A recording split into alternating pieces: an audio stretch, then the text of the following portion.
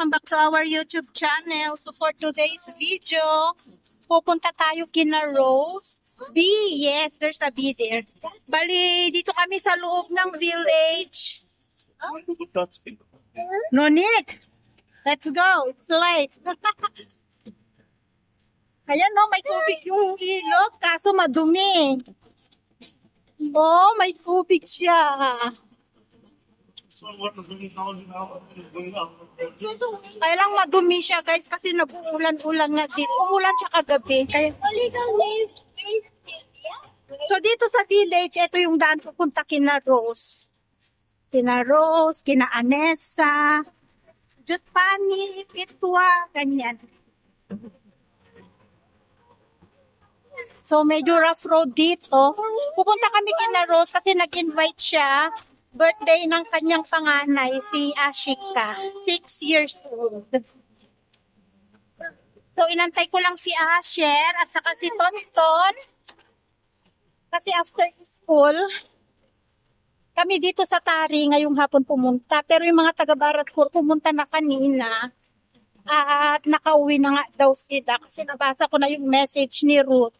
Nakarating na sila ng Baratpur. Hindi nila kasama ang mga bata.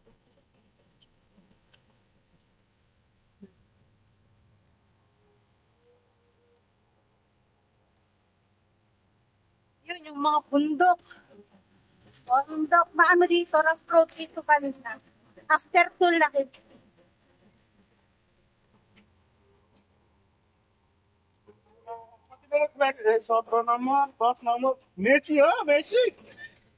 Pero ito yung daan. Galing sa amin, ito yung daan papuntang Tari. Kapag gusto mo sa village, dumaan ito. Kaya lang ganito lang kasi ang daanan. Hindi siya sementado.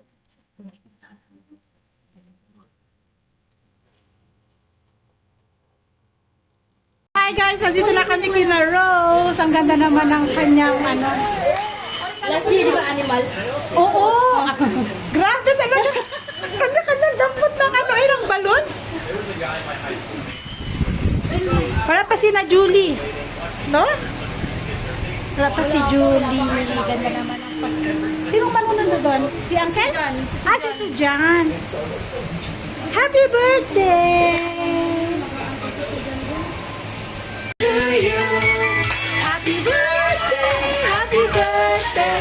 Happy birthday to you! Happy birthday to you! Happy birthday to you! Happy birthday, happy birthday, happy birthday to you. Happy birthday, happy birthday.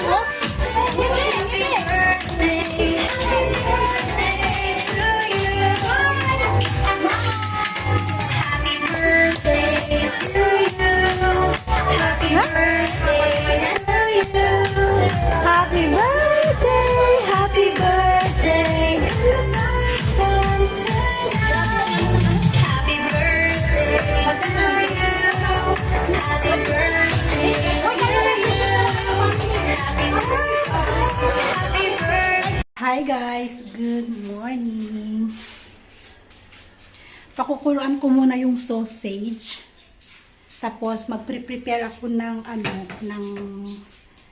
yung pangbalot para sa gagawin kong corn dog na pangbaon ni Asher sa school.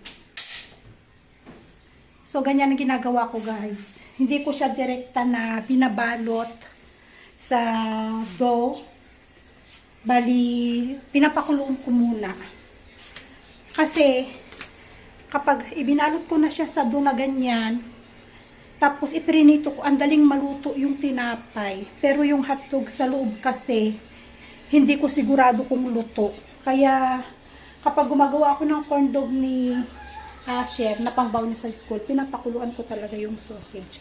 Ngayon, ang sunod na gagawin natin ay magawa tayo ng dough. Bali, naglalagay ako ng konting yeast. Pero inom muna tayo ng chia seed. Ay, pasensya na. Nakita nyo na yung, ang dami na namang patong dito sa may counter namin. Araw-araw ako naglilinis, tinatanggal, pero Meron at meron talagang patong dito sa may ano namin, guys. Kung ano-anong nakapatong. Tatanggal ulit ako mamaya. Inom muna tayo ng chia seed. Nagiinom kami ng chia seed, lalo si Asis. Yan, so binababad namin to ng minsan, pag sinipag yung isa, magdamag.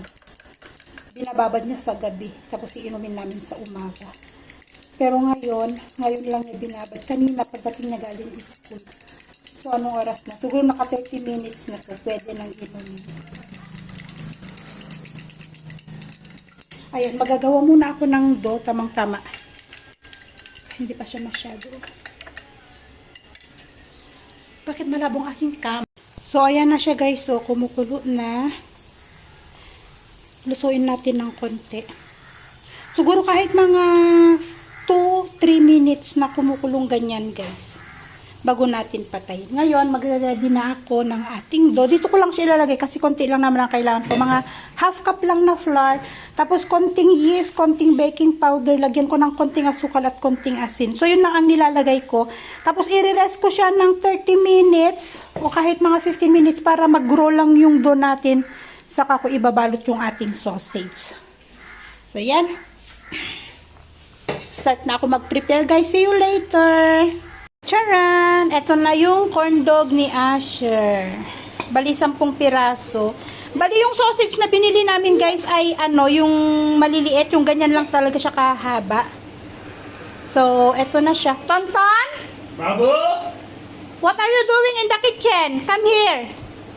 So, ipapak na natin. 10. 10 yan, 10.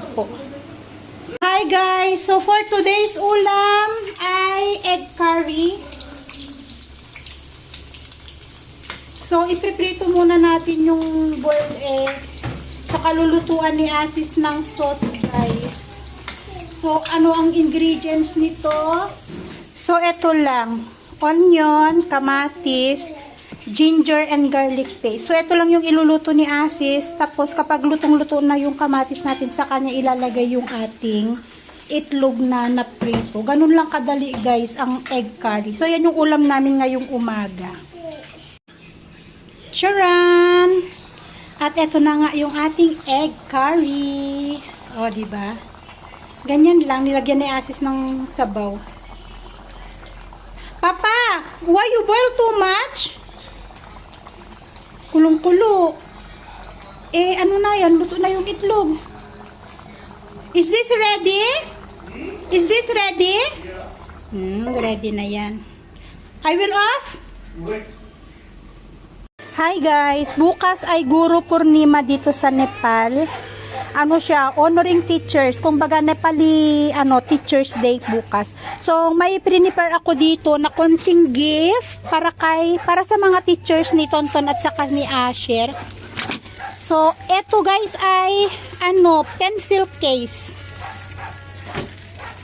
Yung pwede nilang paglagyan ng ballpen, marker, eraser, ganyan. Useful siya sa mga teachers kasi 'di ba, mga teachers gumagamit, lalo kina Asher, gumagamit sila ng whiteboard, pen. At saka gumagamit sila ng red and black na ballpen. So siya, handy, ganun lang siya hawak. So useful to sa mga teachers. Ito yung naisip ko na iregalo sa mga teachers. Teachers Day. Ito ay para kay Tonton, para sa teachers ni Tonton. Ayan. Yung kay Asher meron din. So, inaantay namin yung van. 9:20 na dito, parating na yung van. Kaya, abot ko na lang sa teacher. Bahala na lang sila mamili. May iba't ibang kulay. May blue, may pink, may red, may orange. Ganyan siya. Hi guys! Kadarating lang ni Tonton. At nanghingi nga siya ng biscuit. At tinikman ko to. Ang sarap pala nito guys. Buti na lang. Mahal nga lang siya. Pero ang sarap nito guys. Alam mo yung lasa ng pizza?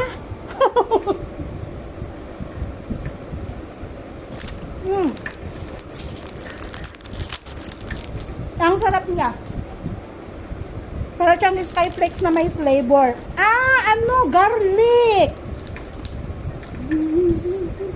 Oh my God. Garlic taste, guys. Ang sarap. Top herbs. Top herbs biscuit. Oh, Try ko yung blue, pero masarap yung green. mine. Sarap niya. Garlicky. My pop. Papa, don't make him cry. My pop. Yung tatay kasi nangaasar sa anak ko eh.